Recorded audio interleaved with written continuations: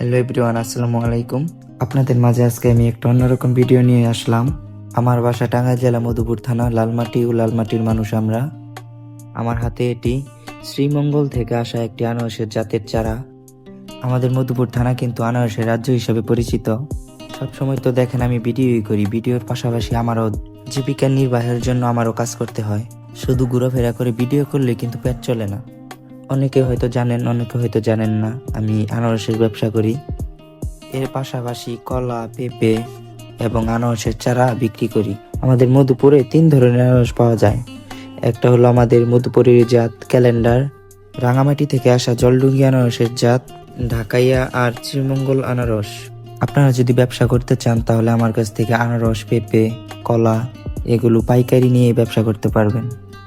এর পাশাপাশি যে কোনো ধরনের আনারসের চারা এবং কলার চারা নিতে পারেন আমার কাছ থেকে, যেমন সাগর কলা, সর্বি কলা, চাম্পা কলা।